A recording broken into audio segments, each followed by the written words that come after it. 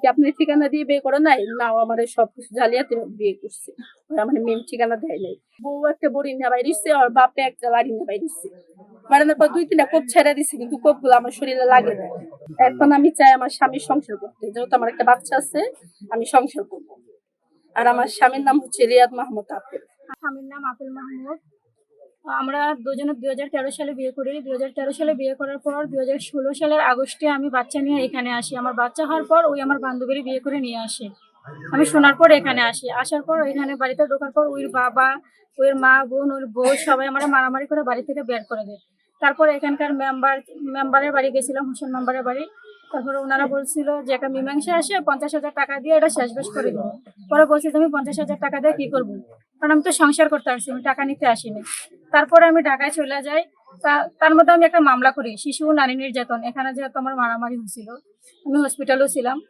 পরে শিশু নারী নির্যাতন মামলা করার পরে আমি কিছুদিন মামলা চালানোর পরে 2018 সালে ওই পা ভাঙার পরে ওই আমার ওইখানে যাই ওই আমার হাতে পরে ধরে ক্ষমা চায়, যে জীবনে যা করছি ভুল করছি তোরে নিয়ে সংসার করবো। ওই আমি মানে অনেক কিছু এরকম বলার পরে আমি ওরা জায়গা দিই।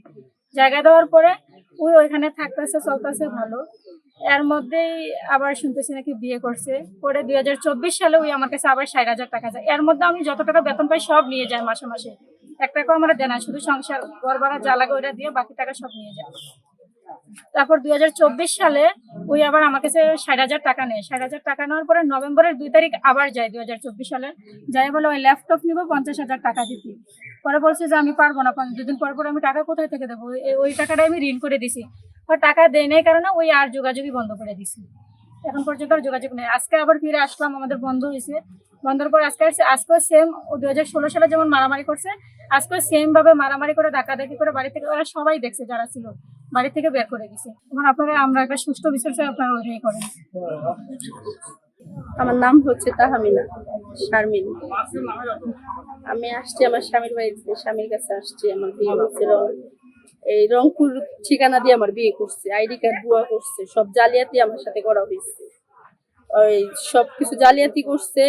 এবং কি আমার অক্টোবর মাসের 27 তারিখে বাবু হওয়ার ডেট দিছে।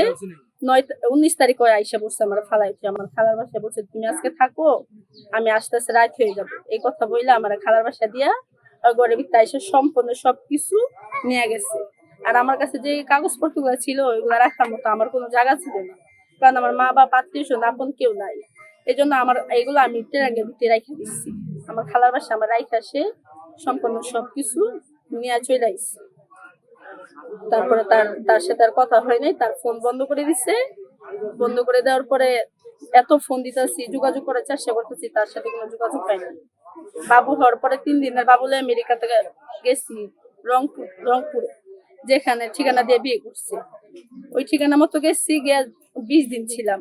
20 দিন থাকার পরে ওইখানে তারা সবাই খোঁজাখুঁজি করছে, মেম্বার চেয়ারম্যান সবাই, কিন্তু আরে পাই নাই। কি আপনি ঠিকানা দিয়ে বিয়ে করে নাই না, আমার সবকিছু জালিয়াতি বিয়ে করছে। আমার মেম ঠিকানা দেয় নাই। আর যা যেটা করছে সেটা আমার সাথে করে নিয়ে এসে করছে। আমার ওইখানে কোনো প্রমাণ রেখে আসে নাই।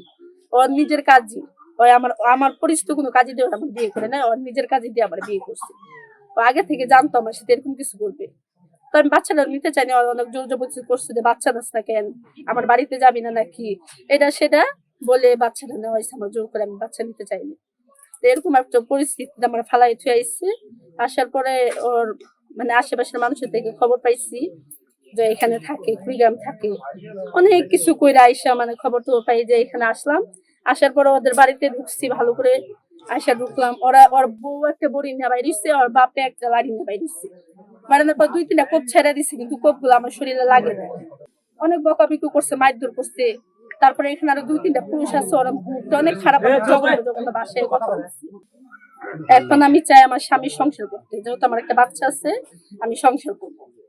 আর আমার স্বামীর নাম হচ্ছে রিয়াদ মাহমুদ আপেল।